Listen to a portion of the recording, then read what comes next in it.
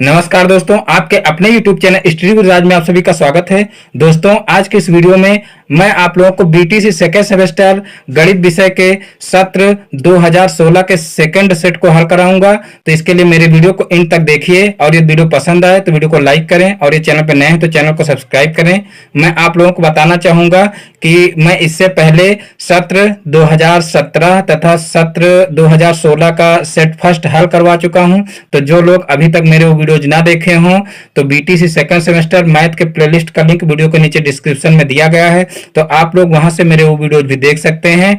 और जो लोग मेरे व्हाट्सएप ग्रुप से जुड़ना चाहते हैं तो वह लोग इस नंबर पर संपर्क कर सकते हैं। ये मेरा व्हाट्सएप नंबर है, तो आप लोग यहाँ पर अपना नेम और डिस्ट्रिक्ट लिख करके जो है मैसेज सेंड कर दीजिए, तो मैं आप लोगों को जो है व्हाट्सएप ग्रुप से जोड़ दूंगा। और इसी नंबर पर आप लोग जो है टेलीग्राम के लिए भी संपर्क कर सकते हैं, यानी कि जो लोग टेलीग्राम चैनल से जुड़ना चाहते हैं तो वह लोग इसी नंबर पर संपर्क कर सकते हैं। तो यहां से आप लोगों को लिंक मिल जाएगी और उसके द्वारा आप लोग टेलीग्राम से जुड़ सकते हैं, क्योंकि जो पेपर हल करवाए जाते हैं उनका पीडीएफ आप लोगों को टेलीग्राम से ही मिलेगा।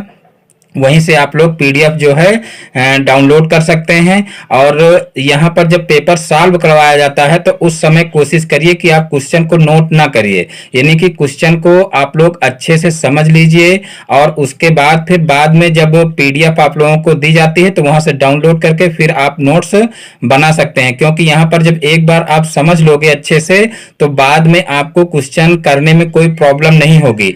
और नोट करने के चक्कर में अगर आप कहीं समझ ना पाए तो फिर वो क्वेश्चन आप लगा नहीं पाओगे। तो इसलिए जरूरी है कि सबसे पहले आप लोग अच्छे से समझ लीजिए और उसके बाद फिर बाद में पीडीएफ जब मिल जाएगी तो वहां से आप सारे क्वेश्चन नोट कर सकते हैं। और जितने भी प्रीवियस ईयर के पेपर हल करवाए जा रहे हैं सभी लोग कोशिश करके उस सारे जो है वीडियो अच्छे से देख लीजिए और सारे क्वेश्चन अच्छे से तैयार कर लीजिए, क्योंकि प्रीवियस ईयर के जितने भी क्वेश्चन हैं वो बहुत ज्यादा इंपॉर्टेंट होते हैं और काफी ज्यादा आने के चांसेस रहते हैं। इसलिए आप लोग प्रीवियस ईयर के जितने भी क्वेश्चन हैं वो बहुत ही अच्छे से तैयार कर लेना। और मैं देखिए पहले भी 2 बार जो है आप लोगों को पूरा कोर्स पढ़ा चुका हूं और उसके बाद इंपॉर्टेंट क्वेश्चन भी पढ़ा चुका हूं। तो आप लोग जो है जितने भी प्रीवियस ईयर के पेपर हल करवाए जा रहे हैं तो उसमें कोई भी ऐसा क्वेश्चन आपको नहीं मिलेगा जो आप लोगों को ना बताया गया हो। लेकिन फिर भी जो है यहाँ पर जो है प्रीवियस ईयर के पेपर हल करवाए जा रहे हैं जिससे आप लोगों का इसी बहाने जो है रिवीजन होता रहे। और जो है यहाँ पर अब देखते हैं पहला क्वेश्चन क्या है। तो देखिए पहला क्वेश्चन है परिमेय संख्या -4/9 से छोटी परिमेय संख्या है। परिमेय संख्या -4/9 से छोटी परिमेय संख्या है। तो देखिए यहाँ पर 4 ऑप्शन दिए गए हैं और इसमें से आपको सही ऑप्शन जो है करना रहता है। तो यहाँ पर देखिए मैं बार बार आप लोगों को बता रहा हूं, यानी कि जितने भी प्रीवियस ईयर के जो है पेपर हल करवाए जाते हैं उसमें मैं आप लोगों को बताता हूं कि जो वस्तुनिष्ठ प्रश्न होते हैं यानी कि बहुविकल्पीय क्वेश्चन होते हैं उसमें आप लोगों को क्वेश्चन जरूर उतारना है। यानी कि पहले क्वेश्चन उतारिए, उसके बाद जो सही विकल्प है वो सही विकल्प उतार करके उसके आगे टिक कर दीजिए। भले ही आप चारों विकल्प ना लिखें, लेकिन जो सही विकल्प है उसको लिख करके और फिर उस पर सही का टिक कर दीजिए। और ये नहीं कि सिर्फ आंसर नंबर 1 डाल करके और सही विकल्प लिख दीजिए, इस तरीके से बहुविकल्पीय क्वेश्चन नहीं किए जाते हैं। तो इसलिए आप लोग सबसे पहले क्वेश्चन उतारिए और उसके बाद फिर उसका आंसर लिखिए और आंसर लिख करके फिर सही का टिक कर दीजिए। तो यहाँ पर देखिए परिमेय संख्या -4/9 से छोटी परिमेय संख्या है। तो यहाँ पर जो है इससे छोटी परिमेय संख्या बताना है। तो सबसे पहले तो आपको पता होना चाहिए कि परिमेय संख्या किसे कहते हैं। तो बहुत बार आप लोगों को बताया गया है और आप सभी लोग जानते भी होंगे, जिन संख्याओं को P/Q के रूप में लिखा जा सके वह परिमेय संख्याएं कहलाती हैं। यानी कि जो संख्या भिन्न के रूप में हमको देखने को मिलती हैं वह क्या होती हैं, परिमेय संख्याएं होती हैं, चाहे वो माइनस में हो और चाहे प्लस में हो। ये भी आप लोगों को याद रखने की जरूरत है। ये नहीं कि माइनस में संख्या दी गई है तो परिमेय संख्या नहीं है। देखिए जो माइनस में संख्याएं होती हैं वो भी परिमेय संख्या है, जो प्लस में होती हैं वो भी। सिर्फ आपको देखना है कि वो P/Q के रूप में दी हुई हो। अब यहाँ पर देखिए छोटी संख्या बताना है, यानी कि इससे छोटी संख्या बतानी है। तो देखिए छोटी संख्याएं जब माइनस में चेक करते हैं तो देखिए माइनस में जो देखने में बड़ी हों वही सबसे छोटी होती है, और जो छोटी होती हैं वही जो है सबसे बड़ी संख्या होती है। ये आपको ध्यान रखना है। तो यहाँ पर देखिए -4/9 दिया हुआ है। अब यहाँ पर देखिए बटे में सबके 9 दिया हुआ है, यानी कि हर सबका समान है। तो अब यहां पर जिनका अंश बड़ा होगा वही संख्या क्या होगी, बड़ी होगी। जिनका अंश छोटा होगा वही संख्या क्या होगी, छोटी होगी। तो यहां पर इससे छोटी संख्या बतानी है। तो यहां पर देखिए ये संख्या और ये संख्या प्लस में है, तो ये तो ऑलरेडी देखिए इससे बड़ी संख्याएं हो जाएंगी, क्योंकि जो माइनस में संख्या होगी वही इससे छोटी हो सकती है। प्लस वाली संख्या तो ऑलरेडी इससे बड़ी होगी, इसलिए इन दोनों को तो पहले ही छोड़ देंगे। उसके बाद अब बची ये और ये संख्या। तो यहां पर देखिए -4 है और यहां पर -1 है। तो हमने कहा था जो संख्या छोटी होगी वही बड़ी मानी जाएगी, जो बड़ी होगी वो छोटी मानी जाएगी। तो यहां पर देखिए -1 जो है वो छोटा है, यानी कि ये संख्या माइनस में बड़ी होगी और ये संख्या छोटी होगी। लेकिन हमको इससे छोटी संख्या बतानी है, तो देखिए -7 क्या होगा, इससे छोटी संख्या होगी, यानी कि ये ऑप्शन हमारा क्या होगा, सही हो जाएगा। तो इस प्रकार से हम बहुत ही आसानी से जो है माइनस वाली परमेय संख्याओं को भी छोटी और बड़ी संख्याएं आराम से छांट सकते हैं, कोई प्रॉब्लम नहीं होनी चाहिए। अब देखिए नेक्स्ट क्वेश्चन देखते हैं। तो देखिए क्वेश्चन नंबर 2 है, 16, 32 और 64 का लासा है, यानी कि यहाँ पर लासा ज्ञात करना है। तो देखिए लासा कैसे ज्ञात करते हैं। तो यहाँ पर जो भी संख्याएं दी हुई होती हैं उनके पहाड़े में हम देखते हैं कि कौन सी ऐसी संख्या है जो सबसे पहले आती है और तीनों के पहाड़े में आती है, ये हमको ध्यान करना रहता है। तो यहाँ पर देखिए 16 एक, यहाँ पर देखिए 64 एक कम 64 हो जाएगा, यहाँ पर 32 दूना 64 हो जाएगा, और यहाँ पर देखिए 16 की टेबल पढ़ोगे तो 16 16 16 दून 32 16 3 48 और 16 चौको 64 हो जाएगा। तो यहाँ पर देखिए 64 एक ऐसी संख्या है जो 64 के भी पहाड़े में है, 32 के भी पहाड़े में है और 16 के भी पहाड़े में है, और जो है सबसे पहले आ रही है। तो इस प्रकार से इसका जो लासा है वो लासा क्या हो जाएगा, यहाँ पर लिख सकते हैं। तो इसका लासा देखिए हो जाएगा 64। ये भी देखिए बहुविकल्पीय वाला क्वेश्चन है।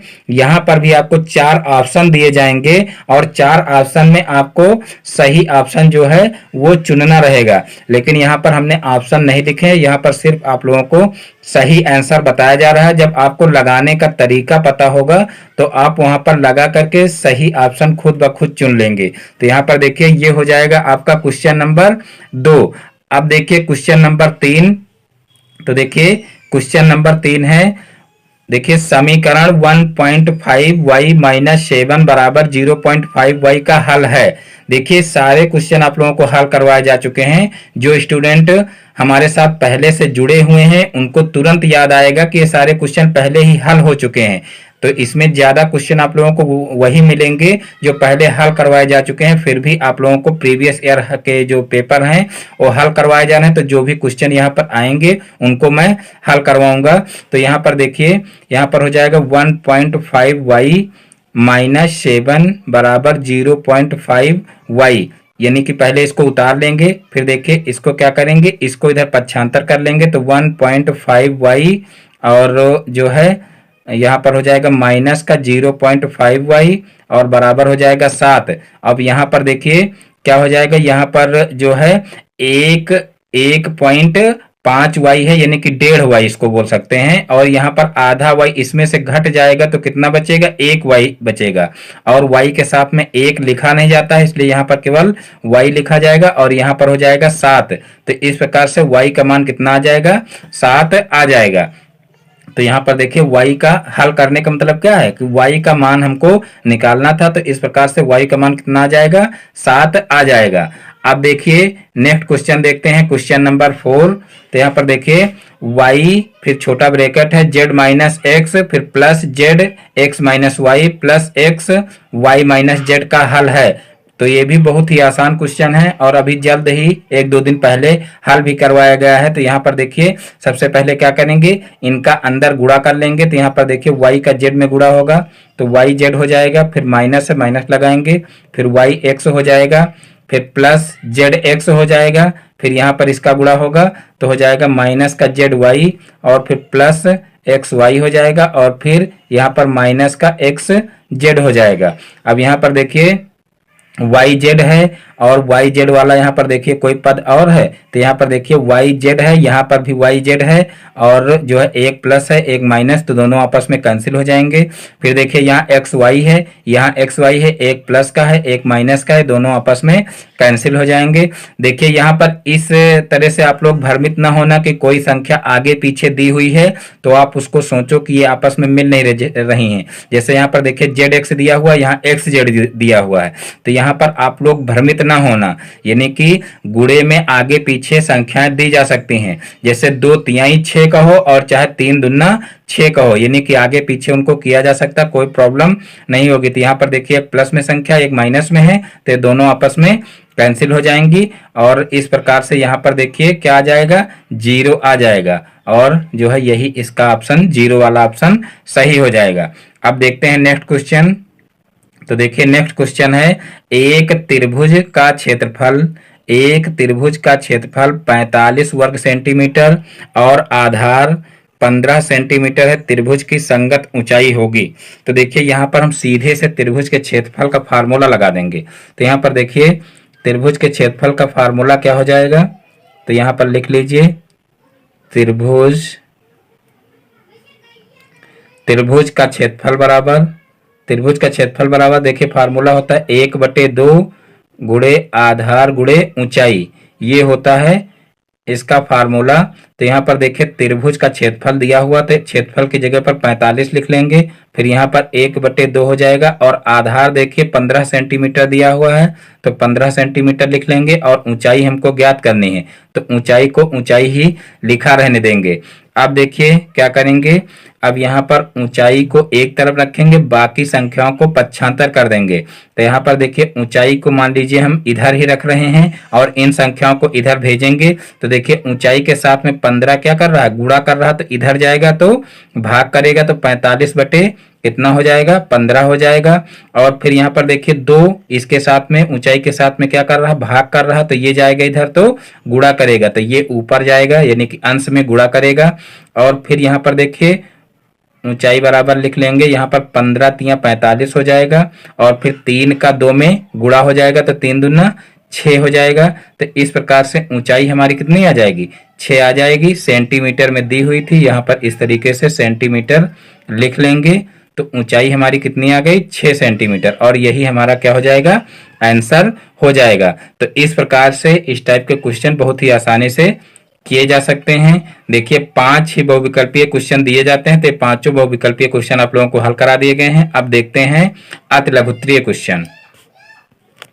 तो देखिए अतिलघुत्तरीय प्रश्न का पहला क्वेश्चन देखते हैं, यानी कि क्वेश्चन नंबर 6, 83 के अंकों को परस्पर बदलने पर प्राप्त संख्या को मूल संख्या से घटाने पर कौन सी संख्या मिलती है। बहुत बार ये क्वेश्चन बताया गया है, तो इम्पॉर्टेंट क्वेश्चन है भी, क्योंकि ये प्रीवियस ईयर में आया हुआ क्वेश्चन है, तो इम्पॉर्टेंट तो है ही, लेकिन आप सभी को ये क्वेश्चन रट गया होगा। यानी कि हमारे चैनल पर ही कई बार बताया गया है कि 83 के अंकों को परस्पर बदलने पर प्राप्त संख्या को मूल संख्या से घटाने पर कौन सी संख्या मिलती है। तो यहाँ पर देखिए इसको कैसे करेंगे, यहाँ पर जो है सबसे पहले तो इनके अंकों को बदल लेंगे। तो देखिए अंकों को इसके बदलेंगे तो कितना आएगा, यहाँ पर देखिए 38 आएगा। फिर बदलने पर यानी कि इसको आगे और इसको पीछे करेंगे तो कितना आ जाएगा, इस तरीके से देखिए 38 आ जाएगा। और फिर कहा गया है कि मूल संख्या से घटाने पर कौन सी संख्या मिलती है। तो देखिए मूल संख्या हमारी क्या है, 83 है, तो इसको 83 में से घटा देंगे तो कितना मिलेगा, तो यहाँ पर देखिए 13 में से 8 आ जाएगा, 8 चला जाएगा तो कितना हो जाएगा, जो है 8 5 13 होता है, यानी कि 5 आ जाएगा। और यहाँ पर देखिए फिर बचेगा 7 और 7 में से 3 जाएगा तो कितना हो जाएगा, 4। तो इस प्रकार से 45 हमारा आंसर आ जाएगा। तो इस प्रकार से इस क्वेश्चन को बहुत ही आसानी से किया जा सकता है। अब नेक्स्ट क्वेश्चन देखते हैं। तो देखिए नेक्स्ट क्वेश्चन है, समीकरण -4x + 3 बराबर -6x - 18 को हल कीजिए। यानी कि यहाँ पर हमको x की वैल्यू निकालनी है। तो बहुत ही आसान क्वेश्चन ये भी है। यहाँ पर देखिए सबसे पहले हम क्या करेंगे, इसको उतार लेंगे। तो यहाँ पर देखिए क्या हो जाएगा, 4 माइनस का 4x और उसके बाद फिर देखिए प्लस का 3 और बराबर प्लस का 3 और बराबर माइनस का 6x और माइनस का 18 हो जाएगा। और फिर अब क्या करेंगे, x वाले पद एक तरफ कर लेंगे और जो अचर पद हैं उनको एक तरफ कर लेंगे। तो यहाँ पर हो जाएगा माइनस का 4x और फिर देखिए ये इधर पक्षांतर करेंगे तो प्लस का 6x हो जाएगा। और फिर यहाँ पर माइनस का 18 है और जो है प्लस का 3 इधर ले जाएंगे तो ये माइनस का 3 हो जाएगा। अब देखिए 6x में से 4x घट जाएगा तो कितना हो जाएगा, 2x हो जाएगा। और यहाँ पर देखिए माइनस माइनस हमेशा क्या होते हैं, जुड़ करके माइनस होते हैं, यानी कि जुड़ तो जाएंगे लेकिन चिन्ह किसका लगेगा, माइनस का लगेगा। तो इस प्रकार से यहाँ पर माइनस हो जाएगा और 18 3 कितना होता है, 21 होता है, तो 21 हो जाएगा। अब यहाँ पर देखिए क्या होगा, यहाँ x को इधर ही रखेंगे और ये इस 2 को भी इधर भेज देंगे। तो इस 2 को इधर भेजेंगे तो देखिए ये x के साथ में गुणा कर रहा है, इधर जाएगा तो भाग करेगा तो 21 बटे कितना हो जाएगा, 2 हो जाएगा। तो इस प्रकार से जो है x बराबर कितना हो जाएगा, -21/2 हो जाएगा। तो इस प्रकार से x का मान निकल आएगा। आप देखते हैं नेक्स्ट क्वेश्चन। तो देखिए नेक्स्ट क्वेश्चन है, एक कक्षा की लंबाई 11 मीटर, चौड़ाई 8 मीटर और ऊंचाई 5 मीटर है। कक्षा की चारों दीवारों का क्षेत्रफल ज्ञात कीजिए। देखिए इसको कैसे करेंगे, तो यहाँ पर देखिए हम एक फार्मूला लिख रहे हैं और ये फार्मूला आप लोग याद कर लीजिए और इसी से जो है बहुत ही आसान तरीके से क्वेश्चन लग जाएगा। यहाँ पर देखिए लिखेंगे चारों दीवारों का क्षेत्रफल, चारों दीवारों का क्षेत्रफल बराबर, देखिए चारों दीवारों का क्षेत्रफल बराबर हो जाएगा 2l + b × h, यानी कि 2l, l क्या है, लंबाई है, और b क्या है, चौड़ाई है, और h क्या है, ऊंचाई है। तो यहाँ पर ये फार्मूला लगा दीजिए 2l + b × h। तो यहाँ पर देखिए 2 × l कितना है, 11 है, और b कितना है, 8 है, और h हमको क्या करना है, h निकालना नहीं, h भी दिया हुआ है कितना है, 5 है, और हमको क्या करना है, चारों दीवारों का क्षेत्रफल निकालना है। तो यहाँ पर देखिए इसी को हम हल कर लेंगे। तो यहाँ पर देखिए 11 में 8 जोड़ेंगे तो कितना हो जाएगा, 19 हो जाएगा, और 19 का 2 में गुणा करेंगे तो कितना हो जाएगा, 19 का 2 में गुणा करेंगे, और उससे पहले देखिए 5 का 2 में गुणा कर लीजिए, 5 दूना 10 हो जाएगा, और 10 गुणे कितना हो जाएगा, 19 यहाँ पर, और फिर 19 का 10 से गुणा करेंगे तो कितना हो जाएगा, 190 हो जाएगा। और देखिए मीटर में दिया हुआ है इसलिए यहाँ पर क्षेत्रफल है तो किस में हो जाएगा, वर्ग मीटर में इसका आंसर हो जाएगा। देखिए क्षेत्रफल जो है वो हमेशा किस में लिखा जाता है, वर्ग में लिखा जाता है, यानी कि अगर लंबाई और चौड़ाई जो है सेंटीमीटर में दी हुई है तो वर्ग सेंटीमीटर में उसका क्षेत्रफल आएगा।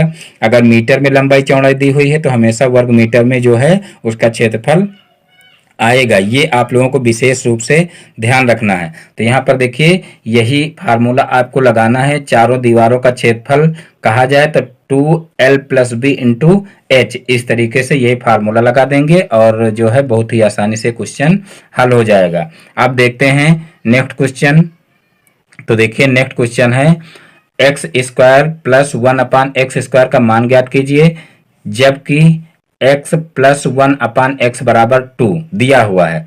तो यहाँ पर देखिए ये मान हमको दिया हुआ है, इसकी सहायता से हमको इसका मान निकालना है। तो देखिए ये जो है कई बार इस टाइप के क्वेश्चन हम बता चुके हैं। देखिए सबसे पहले हम क्या करेंगे, सबसे पहले जो ये दिया हुआ है इसको नीचे उतार लेंगे, x + 1/x = 2। अब यहाँ पर लिखेंगे दोनों पक्षों का वर्ग करने पर, दोनों पक्षों का वर्ग करने पर, देखिए दोनों पक्षों का वर्ग करेंगे तो यहाँ पर देखिए क्या हो जाएगा, x + 1/x का होल स्क्वायर, और यहाँ पर हो जाएगा 2 का स्क्वायर। तो देखिए यहाँ पर इसका स्क्वायर करेंगे तो हो जाएगा a² + b² और प्लस का 2ab, यानी 2 × x × 1/x, और बराबर यहाँ पर 2 का स्क्वायर क्या हो जाएगा, 4 हो जाएगा। अब यहाँ पर देखिए x से x कैंसिल हो जाएगा और यहाँ पर देखिए क्या बचा, x² + 1/x², और यहाँ पर देखिए ये 2 केवल बचा। यहाँ पर देखिए x कैंसिल हो चुका है तो यहाँ पर 2 बचा, और 2 का 1 में मल्टीप्लाई करेंगे तो कितना हो जाएगा, केवल 2 ही रहेगा, और 2 यहाँ पर प्लस का है उधर जाएगा तो माइनस करेगा तो यहाँ पर 4 - 2 हो जाएगा। अब यहाँ पर देखिए एक्स स्क्वायर प्लस 1/x² बराबर कितना हो जाएगा, 4 में से 2 जाएगा तो यहाँ पर 2 बचेगा। तो यही हमारा क्या हो जाएगा, आंसर हो जाएगा। यानी कि यहाँ पर x प्लस 1/x बराबर भी 2 दिया हुआ है, और इसका जब स्क्वायर करेंगे तब भी क्या हो जाएगा, तब भी जो इसका मान 2 ही आएगा। तो इस प्रकार से देखिए इसका मान भी जो है 2 आएगा और इसका मान भी 2 दिया हुआ है। तो इस प्रकार से बहुत ही आसानी से इस टाइप के क्वेश्चन कर सकते हैं। अब देखते हैं नेक्स्ट क्वेश्चन। तो देखिए अब नेक्स्ट क्वेश्चन है क्वेश्चन नंबर 10, परमेय संख्याओं को आरोही क्रम में लिखिए। देखिए यहाँ पर 3 परमेय संख्याएं माइनस की दी हुई हैं, इनको क्या करना है, आरोही क्रम में लिखना है। देखिए जब हर बराबर होते हैं तो हमको आरोही क्रम में लिखने में कोई दिक्कत नहीं होती, चाहे आरोही क्रम में लिखना हो और चाहे अवरोही क्रम में लिखना हो। लेकिन जब जो है हर बराबर नहीं होता है तो हमको फिर क्या करना पड़ता है, हर बराबर करना पड़ता है। जब तक उनका हर बराबर नहीं करोगे तब तक आप जो है आसानी से डिसाइड नहीं कर सकते हो कि कौन सी संख्या बड़ी है और कौन सी छोटी है। इसलिए यहाँ पर सबसे पहले हम क्या करेंगे, एलसीएम लेके जो है इनका हर बराबर करेंगे। तो यहाँ पर देखिए पहली संख्या क्या दी हुई है, -7/9, और फिर दूसरी संख्या दी हुई -5/21, और तीसरी संख्या दी हुई है 2/-3। तो यहाँ पर देखिए क्या करेंगे, माइनस कॉमन ले लेंगे और इनको जो है ब्रैकेट के अंदर लिख लेंगे। तो यहाँ पर देखिए 7/9 हो जाएगा, यहाँ पर 5/21 हो जाएगा, और फिर यहाँ 2/3 हो जाएगा। अब देखिए क्या करेंगे, अब 9, 21 और 3 का जो है एलसीएम ले लेंगे। तो देखिए एलसीएम इनका क्या होगा, तो देखिए एलसीएम होगा इनका जो है 21 का 21, 21 दूनी 42, 21 63। देखिए यहाँ पर 63 एक संख्या है जो 21 से भी कट जा रही है, और जो है 9×7=63, 9 से भी कट जाएगी, और देखिए 21×3=63, यानी अगर 3 में 21 से गुणा करोगे तब भी जो है 63 आएगा। तो यहाँ पर देखिए इसका जो एलसीएम है वो कितना आ जाएगा, 63 आ जाएगा। तो यहाँ पर देखिए क्या करेंगे, सबके बटे में 63 लिख लेंगे, यानी कि यहाँ पर देखिए 9×7=63 होता है, तो ऊपर भी जो है 7 से गुणा हो जाएगा और नीचे भी क्या होगा, 7 से गुणा हो जाएगा। और इसी प्रकार से यहाँ पर देखिए 21×3=63 होता है, तो ऊपर भी 3 से गुणा होगा और नीचे भी 3 से गुणा हो जाएगा। और इसी प्रकार से यहाँ पर देखिए 21 से गुणा नीचे होगा तब जो है 63 होगा।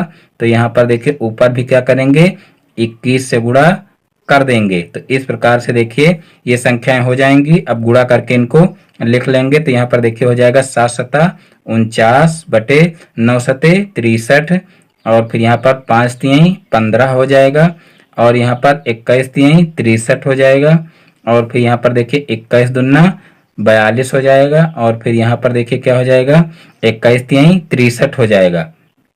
अब क्या करेंगे, अब देखिए इन संख्याओं को हम माइनस के साथ में लिख लेंगे, यानी इस माइनस का फिर अंदर गुणा कर देंगे। तो यहाँ पर देखिए हो जाएगा -49/63, और फिर यहाँ पर हो जाएगा -15/63, और फिर यहाँ पर हो जाएगा -42/63। और अब इनको हम क्या करेंगे, आरोही क्रम में लिख लेंगे। तो यहाँ पर डाल दीजिए आरोही क्रम। देखिए आरोही क्रम का मतलब सबको पता होना चाहिए। आरोही क्रम का क्या मतलब होता है, बढ़ते क्रम में, यानी कि सबसे पहले सबसे छोटी संख्या, फिर उससे बड़ी संख्या, फिर उससे बड़ी संख्या, फिर क्या होता है, लास्ट में सबसे बड़ी संख्या लिखी जाती है। यानी कि छोटे से बड़े की तरफ संख्याएं बढ़ते क्रम में लिखते हैं। और जो अवरोही क्रम होता है वो क्या होता है, वो घटता क्रम होता है। यानी कि सबसे पहले सबसे बड़ी संख्या लिखते हैं, फिर उससे छोटी, फिर उससे छोटी, फिर लास्ट में सबसे छोटी संख्या लिखते हैं। तो यहाँ पर देखिए आरोही क्रम में हमको लिखना है, तो सबसे पहले हम सबसे छोटी संख्या लिखेंगे। तो देखिए यहाँ पर सबसे छोटी संख्या कौन सी होगी, तो देखिए यहाँ पर हर सबका बराबर हो चुका है, तो हम अंश में देखेंगे जो सबसे छोटी संख्या होगी वो क्या हो जाएगी, वो सबसे छोटी संख्या मानी जाएगी, और जो सबसे बड़ी संख्या होगी वही सबसे बड़ी संख्या होगी।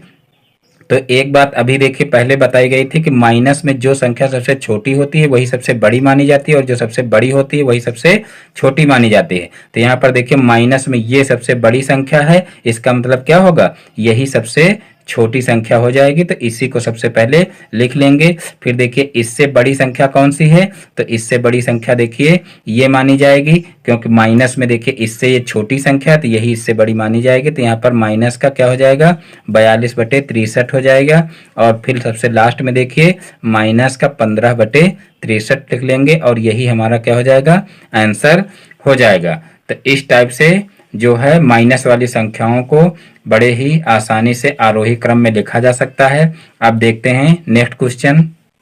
तो देखिए नेक्स्ट क्वेश्चन है, प्लूटो का जन्म 429 ईसा पूर्व में हुआ था तथा देखिए प्लूटो का जन्म 429 ईसा पूर्व में हुआ था तथा 348 ईसा पूर्व में दिवंगत हुए। दिवंगत का मतलब यानी कि वो जो है उनकी मृत्यु जो है 348 ईसा पूर्व में हुई। वह कितने वर्षों तक जीवित रहे, ये हमको बताना है। देखिए यहाँ पर ईसा पूर्व का मतलब आप लोग समझ लीजिए, ईसा पूर्व का मतलब होता है ईसा मसीह के जन्म से पहले का समय। तो यहाँ पर देखिए ईसा मसीह के जन्म से 429 वर्ष पूर्व जो है क्या हुए थे, उनका जन्म हुआ था प्लूटो का। और जो है उनके ईसा मसीह के जन्म से जो है 348 पूर्व क्या हुए, वो दिवंगत हुए। तो यहाँ पर देखिए जो है ये आपको देखने में अगर ईसवी की तरीके से अगर आप यहाँ पर देखोगे तो आपको उल्टा लगेगा, आपको लगेगा यानी कि वो पैदा बाद में हुए और जो है खत्म पहले हो गए। तो यहाँ पर देखिए ऐसा नहीं, यहाँ पर ईसा पूर्व यानी ईसा मसीह के जन्म के पहले का समय दिया हुआ है। तो यानी कि ईसा मसीह के जन्म से 429 वर्ष पूर्व जो है पैदा हुए और 348 ईसा पूर्व यानी कि उनके जो है ईसा मसीह के जन्म से 348 पूर्व उनकी मृत्यु हुई। तो यहाँ पर हमको बताना है कि प्लूटो कितने वर्ष तक जीवित रहे। तो यहाँ पर देखिए कैसे हम इसको हल करेंगे। यहाँ पर देखिए 429 में से जो है 348 को सीधे से घटा देंगे और जितना आएगा उतने वर्ष समझ लीजिए कि वो जीवित रहे। तो यहाँ पर देखिए 9 में से 8 जाएगा तो 1 बचेगा।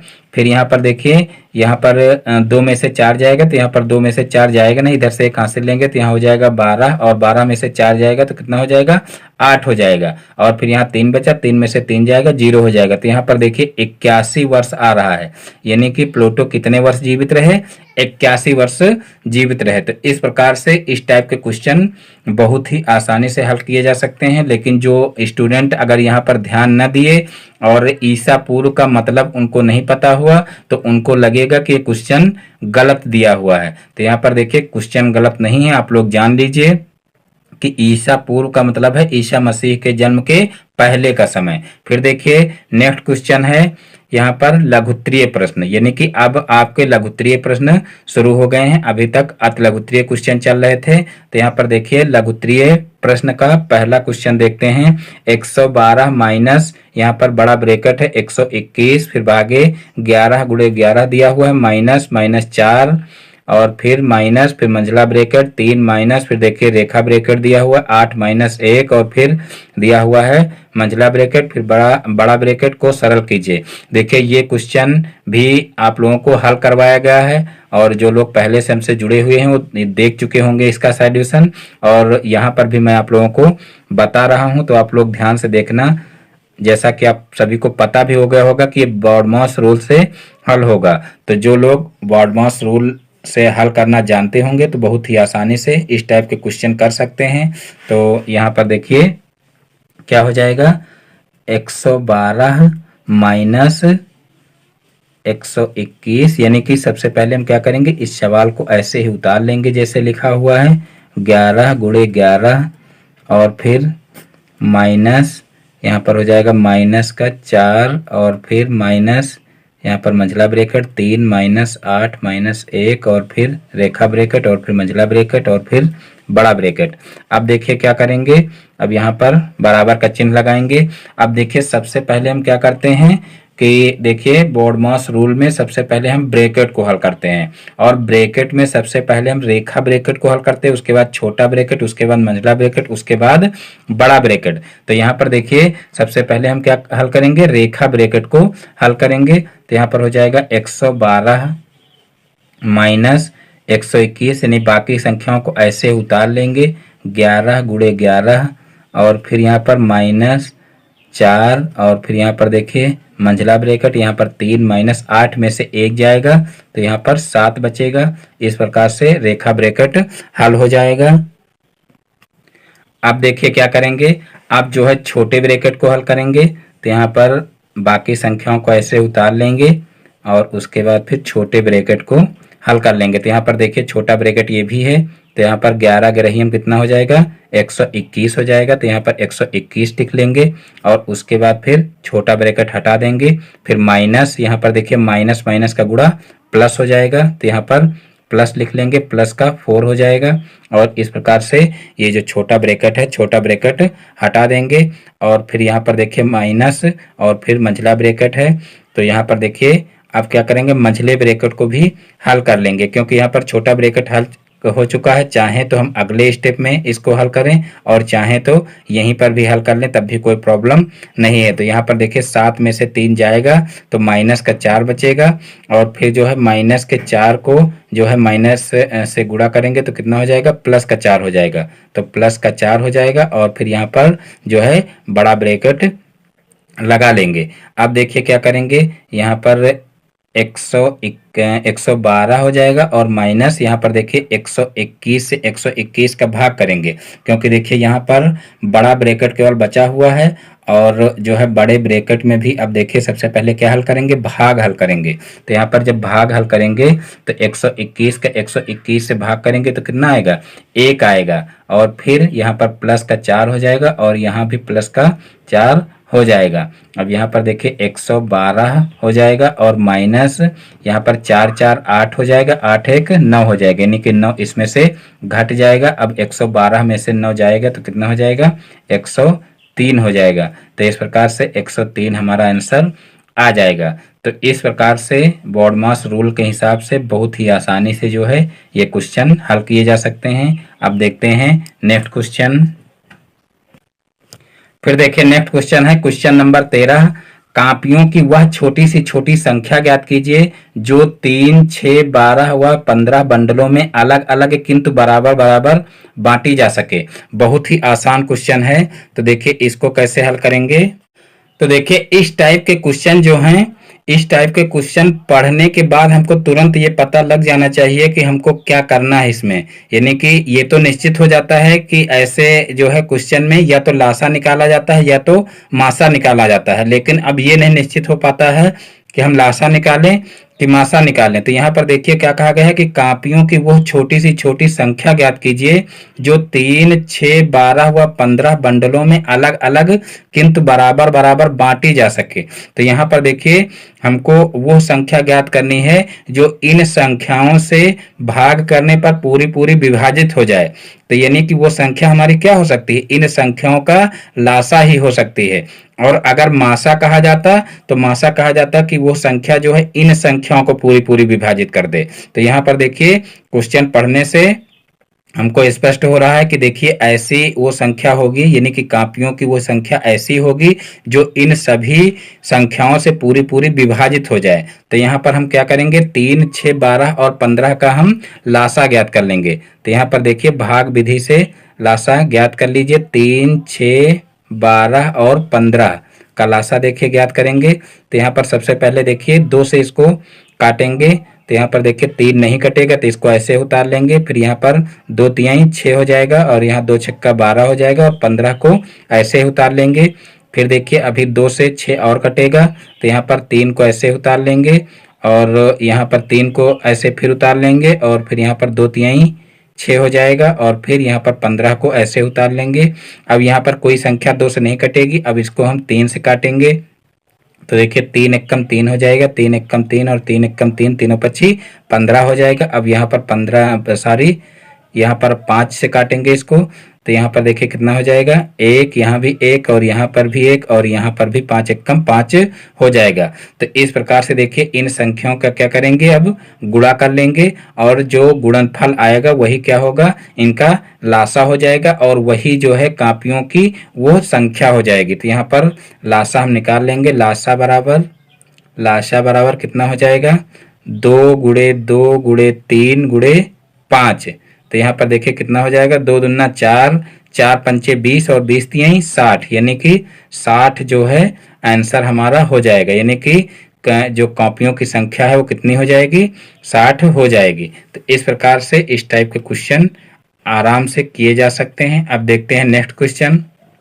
तो देखिए नेक्स्ट क्वेश्चन है, दो संख्याओं का योग 24 है, उनमें से एक संख्या दूसरी की दो गुनी है, संख्याएं ज्ञात कीजिए। बहुत ही आसान क्वेश्चन है। तो देखिए इस टाइप के क्वेश्चन कैसे करेंगे, दो संख्याओं का योग 24 है, उनमें से एक संख्या दूसरी की दो गुनी है, संख्याएं ज्ञात कीजिए। तो देखिए यहाँ पर हम मानेंगे, यानी कि इस टाइप के क्वेश्चन मान करके ही किए जा सकते हैं। तो यहाँ पर मानेंगे माना पहली संख्या बराबर, माना पहली संख्या बराबर x है तथा दूसरी संख्या बराबर, देखिए जब पहली संख्या x मान लोगे तो दूसरी संख्या क्या हो जाएगी। तो देखिए दूसरी संख्या, यहाँ पर दोनों का योग 24 कहा गया है ना, तो यहाँ पर दूसरी संख्या क्या हो जाएगी, 24 माइनस x हो जाएगी। अब दोनों का अगर योग करोगे तो देखिए x से x कैंसिल हो जाएगा और फिर 24 बच जाएगा। तो इस प्रकार से जो है एक संख्या क्या हो जाएगी, x हो जाएगी, एक हो जाएगी 24 माइनस x। अब देखिए यहाँ पर लिखेंगे प्रश्नानुसार। अब प्रश्न में देखिए क्या कहा गया है कि उनमें से एक संख्या दूसरी की दो गुनी है, यानी कि यहाँ पर ये निश्चित नहीं किया गया है कि कौन ए जो है दो गुनी है। तो यहाँ पर एक किसी भी संख्या को हम दो गुना कर दें, यहाँ पर कहा गया उनमें से एक संख्या दूसरी की दो गुनी है। तो यहाँ पर देखिए हम x को मान लीजिए दो गुना कर दिए और बराबर दूसरी संख्या के हो जाएगा ये, क्योंकि यहाँ पर एक संख्या दूसरी संख्या के दो गुनी है। तो यहाँ पर इस तरीके से दो गुना कर देंगे और फिर यहाँ पर 2x हो जाएगा और इसको इधर पक्षांतर कर लेंगे तो ये प्लस का x हो जाएगा और बराबर हो जाएगा 24। अब यहाँ पर देखिए 2x में एक x जुड़ जाएगा तो हो जाएगा 3x और बराबर हो जाएगा यहाँ पर 24। अब x को इधर रखेंगे, इस 3 को उधर पक्षांतर कर देंगे तो 24/3 हो जाएगा। अब यहाँ पर 3/24 हो जाएगा।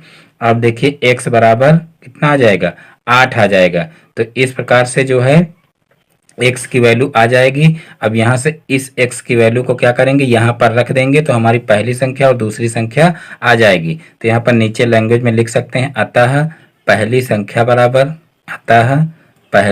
बराबर क्या हो जाएगी, 8 हो जाएगी, तथा दूसरी संख्या बराबर क्या हो जाएगी, देखिए 24 माइनस x कहा गया है तो यहाँ 24 माइनस 8 कर देंगे तो कितना हो जाएगा, देखिए 8 इसमें से घटाएंगे तो हो जाएगा कितना, 16। यहाँ पर देखिए 16 8 24 होता है तो यहाँ पर हो जाएगा 16। तो इस प्रकार से एक जो है पहली संख्या 8 हो जाएगी और दूसरी संख्या 16 हो जाएगी और यही हमारा क्या हो जाएगा, आंसर हो जाएगा। तो इस प्रकार से इस टाइप के क्वेश्चन आसानी से लगाए जा सकते हैं। देखते हैं नेक्स्ट क्वेश्चन। तो देखिए नेक्स्ट क्वेश्चन है, पार्श्व चित्र में त्रिभुज ABC तथा त्रिभुज PQR समरूप है, यानी कि समरूप पहले से दिया हुआ है कि दोनों समरूप त्रिभुज हैं। तो त्रिभुज PQR की शेष भुजाएं ज्ञात कीजिए।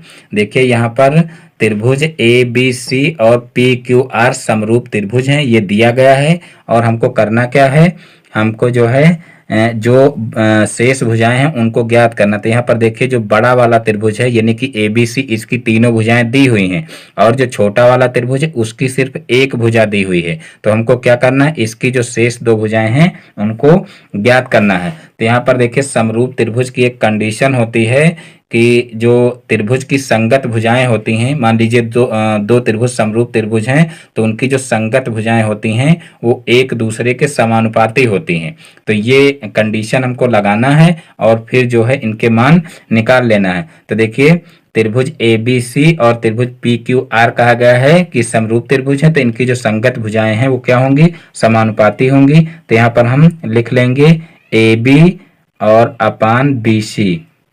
देखिए AB अपान BC, ये वाली AB अपान BC कर लिए तो यहाँ पर PQ अपान QR हो जाएगा। देखिए इसके संगत भुजा ये हो जाएगी और इसके संगत भुजा ये। तो देखिए यहाँ पर AB अपान BC यानी AB अपान BC हो गया, तो यहाँ पर PQ अपान QR हो जाएगा। तो यहाँ पर बराबर PQ अपान क्यू आर लिख लेंगे। अब यहाँ पर देखिए इनके मान रख देंगे, तो यहाँ पर देखिए ए बी का मान कितना है, तो ए बी का मान है 2 और बटे बी सी का मान कितना है देखिए, तो बी सी का मान है 3, तो यहाँ पर 3 रख लेंगे। फिर पी क्यू का मान देखिए कितना है, तो पी क्यू का मान नहीं दिया हुआ है, तो यहाँ पर हमको पी क्यू का मान निकालना है। फिर क्यू आर का मान कितना दिया हुआ है, तो दिया हुआ है 1.5। अब इसको हम हल कर लेंगे और पी क्यू का मान निकाल लेंगे। तो यहाँ पर देखिए इसको हल करेंगे, तो यहाँ पर देखिए 3 का पी क्यू से गुणा हो जाएगा तो 3 पी क्यू हो जाएगा, और बराबर यहाँ पर 15 का 2 से गुणा होगा तो 15 दूना 30 हो जाएगा, और यहाँ पर जो है एक अंक के बाद पॉइंट लगा हुआ है इसलिए 3.0 हो जाएगा। अब पी क्यू बराबर क्या हो जाएगा, यहाँ पर देखिए अब 3 केवल बचा, तो यहाँ पर 3 ऊपर रखेंगे और इस 3 को नीचे भेज देंगे। अब यहाँ पर 3 से 3 कैंसिल हो जाएगा, तो पी क्यू बराबर कितना हो जाएगा, पी क्यू बराबर 1 हो जाएगा। तो यही हमारा क्या आ जाएगा, आंसर आ जाएगा। लेकिन अभी एक भुजा और हमको ज्ञात करनी है, तो उसको भी जो है इसी तरीके से जो है ज्ञात कर लेंगे। यानी कि यहाँ पर हमारी ये भुजा पी क्यू आ चुकी है। अब क्या करेंगे, इस भुजा को ज्ञात करेंगे। तो यहाँ पर भी देखिए क्या करेंगे, ए सी अपान बी सी वाली कंडीशन लगा देंगे, ए सी अपान बी सी, और फिर जो है ये पी आर अपान जो है क्यू आर कर देंगे। तो यहाँ पर देखिए क्या कंडीशन लगाएंगे, ए सी अपान बी सी, ए सी अपान बी सी बराबर क्या हो जाएगा, पी आर अपान क्या हो जाएगा, क्यू आर। तो यहाँ पर देखिए ए सी कितना दिया हुआ है, ए सी दिया हुआ 2.8, और फिर यहाँ पर बी सी कितना दिया हुआ है, बी सी दिया हुआ है 3, और फिर जो है पी आर कितना दिया हुआ है, तो देखिए पी आर दिया हुआ है, पी आर देखिए पी आर दिया नहीं है तो पी आर को ऐसे ही रखेंगे क्योंकि इसको ज्ञात करना है। फिर देखिए क्यू आर दिया हुआ है 1.5, तो 1.5 लिख लेंगे। अब देखिए क्या करेंगे, यहाँ पर तिर्यक गुणा कर लेंगे, तो यहाँ पर देखिए क्या हो जाएगा, 3 पी आर बराबर यहाँ पर देखिए इसका इसके साथ में गुणा होगा तो कितना हो जाएगा 2.8 और मल्टीप्लाई बाई 1.5, और यहाँ पर देखिए अभी नहीं लिखेंगे, अगले स्टेप में बटे लगाएंगे। तो यहाँ पर पी आर बराबर फिर लिखेंगे, पी आर बराबर क्या हो जाएगा 2.8 मल्टीप्लाई बाई 1.5 और फिर अपान 3। अब देखिए 3 से यहाँ पर जो है क्या करेंगे, इसका भाग कर देंगे। तो देखिए भाग करेंगे तो कितना आएगा, तो यहाँ पर देखिए तीनों पक्षी 15 हो जाएगा, यानी कि 0.5 यहाँ पर आ जाएगा, और 0.5 से इसका गुणा करेंगे तो कितना हो जाएगा, देखिए 55 है 40 का 0, और फिर यहाँ पर 5 दूना 10 और 10 4 14 हो जाएगा। और देखिए एक यहाँ पर एक अंक के बाद दशमलव लगा है और एक अंक के बाद यहाँ दशमलव लगा है, तो 2 अंकों के बाद दशमलव लग जाएगा। तो यहाँ पर 1 2 2 अंकों के बाद दशमलव लग जाएगा। तो इस प्रकार से 1.4 सेंटीमीटर हमारा आंसर आ जाएगा। तो इस प्रकार से देखिए इस टाइप के क्वेश्चन आसानी से किए जा सकते हैं। अब देखते हैं नेक्स्ट क्वेश्चन। तो देखिए नेक्स्ट क्वेश्चन है क्वेश्चन नंबर 16। यदि x plus Y plus Z बराबर 12 और X square plus Y square plus Z square बराबर 64, तो X Y plus Y Z plus Z X का मान ज्ञात कीजिए। तो देखिए इस टाइप के क्वेश्चन को कैसे करेंगे, तो देखिए सबसे पहले हम क्या करेंगे, देखिए जो ये दिया हुआ है इसको नीचे उतार लेंगे। देखिए x plus Y plus Z बराबर 12 दिया हुआ है, और फिर देखिए इसको उतारने के बाद क्या करेंगे, हम दोनों पक्षों का वर्ग कर देंगे। यहाँ पर लिख लीजिए दोनों पक्षों का वर्ग करने पर, दोनों पक्षों का वर्ग करने पर, तो देखिए यहाँ पर दोनों पक्षों का वर्ग कर देंगे। तो देखिए वर्ग करने पर यहाँ पर लिख लेंगे x plus Y plus Z का होल स्क्वायर, और फिर यहाँ पर 12 का होल स्क्वायर हो जाएगा। तो यहाँ पर देखिए इसका होल स्क्वायर का फार्मूला खोल लेंगे, a square plus b square plus c square plus 2ab plus 2bc, और प्लस क्या हो जाएगा, यहाँ पर 2 लिख लीजिए 2bc प्लस 2ca यानी कि जेड एक्स हो जाएगा। और फिर जो है ये हो जाएगा a प्लस बी प्लस सी का होल स्क्वायर का फार्मूला। और फिर यहाँ पर देखिए 12 का स्क्वायर करेंगे तो 12 बराई हम 144 हो जाएगा। और अब यहाँ से देखिए इसकी जगह पर हम क्या करेंगे, इसकी जगह पर देखिए ये मान रखा जा सकता है क्योंकि यहाँ पर इसके बराबर 64 दिया हुआ है, तो इतने की जगह पर 64 लिखा जा सकता है। और यहाँ से देखिए क्या करेंगे, 2 कॉमन ले लेंगे, तो यहाँ पर 2 कॉमन लेंगे तो हो जाएगा देखिए X Y plus Y Z और प्लस जेड एक्स बराबर कितना हो जाएगा, 144 हो जाएगा। अब यहाँ से देखिए 2xy और प्लस वाई जेड और प्लस जेड एक्स एक तरफ रखेंगे और इस 64 को इधर भेज देंगे तो 144 के साथ में क्या करेगा, माइनस करेगा क्योंकि उधर जो है वो प्लस में है। तो देखिए यहाँ पर हो जाएगा 2xy और प्लस वाई जेड और प्लस जेड एक्स बराबर 144 में से 64 जाएगा तो कितना बचेगा, देखिए यहाँ 0 हो जाएगा और 14 में से 6 जाएगा तो 8 से 14 होता है यानी 8 आ जाएगा। और फिर जो है क्या करेंगे, इस 2 को भी उधर भेज देंगे तो यहाँ हो जाएगा X Y plus Y Z और फिर प्लस जेड एक्स बराबर देखिए क्या हो जाएगा 80। और यहाँ पर देखिए गुणा कर रहा है तो इधर जाएगा तो भाग करेगा बटे 2 हो जाएगा तो यहाँ पर 40 हो जाएगा। तो यहाँ पर 40 जो है हमारा आंसर आ जाएगा, यानी कि X Y plus Y Z plus Z X का मान कितना हो जाएगा, 40 हो जाएगा और यही हमारा आंसर हो जाएगा। तो इस प्रकार से जो है इस टाइप के क्वेश्चन किए जा सकते हैं। देखते हैं नेक्स्ट क्वेश्चन। तो देखिए नेक्स्ट क्वेश्चन है, एक आयताकार मैदान का क्षेत्रफल 0.5 हेक्टेयर है। यदि इस मैदान की एक भुजा 125 मीटर हो तो दूसरी भुजा ज्ञात कीजिए। देखिए ये क्वेश्चन भी जो है मैं हल करवा चुका हूँ, तो जो लोग देखे होंगे तो जानते होंगे कि कैसे ये हल होगा, अभी जल्द ही हल करवाया गया है। तो यहाँ पर देखिए इसको कैसे हल करेंगे। देखिए एक आयताकार मैदान का क्षेत्रफल 0.5 हेक्टेयर है। यदि इस मैदान की एक भुजा 125 मीटर हो तो दूसरी भुजा ज्ञात कीजिए। तो सबसे पहले देखिए यहाँ पर लिखेंगे हम 1 हेक्टेयर बराबर कितना होता है, यानी कितने वर्ग मीटर होता है। तो यहाँ पर पैमाना लिख लेंगे, 1 हेक्टेयर बराबर होता है देखिए 10,000 वर्ग मीटर, ये पैमाना लिख लीजिए। और देखिए यही फार्मूला अगर आपको याद होगा तो इस क्वेश्चन को बहुत ही आसानी से कर पाएंगे। तो देखिए यहाँ पर 1 हेक्टेयर बराबर 10,000 वर्ग मीटर होगा, तो यहाँ पर 0.5 हेक्टेयर दिया हुआ है, तो 0.5 हेक्टेयर का मतलब क्या हो जाएगा, आधा हेक्टेयर। तो देखिए 1 में 10 है तो आधे में कितने हो जाएंगे, तो आधे में हो जाएंगे देखिए 5,000। 1 में 10,000 है तो आधे में हो जाएंगे 5,000 वर्ग मीटर। तो यहाँ पर देखिए हमको जो है आयताकार मैदान का क्षेत्रफल पता चल जाएगा, यानी कि क्षेत्रफल कितना हो जाएगा, 5,000 वर्ग मीटर हो जाएगा। अब हमको क्या ज्ञात करना है, हमको ज्ञात करना है उसकी एक भुजा, यानी कि एक भुजा दी हुई है और दूसरी भुजा हमको ज्ञात करनी है। तो यहाँ पर हम आयताकार मैदान के क्षेत्रफल का फार्मूला लगा देंगे। आयताकार मैदान का क्षेत्रफल बराबर क्या हो जाएगा, फार्मूला लंबाई गुणे चौड़ाई।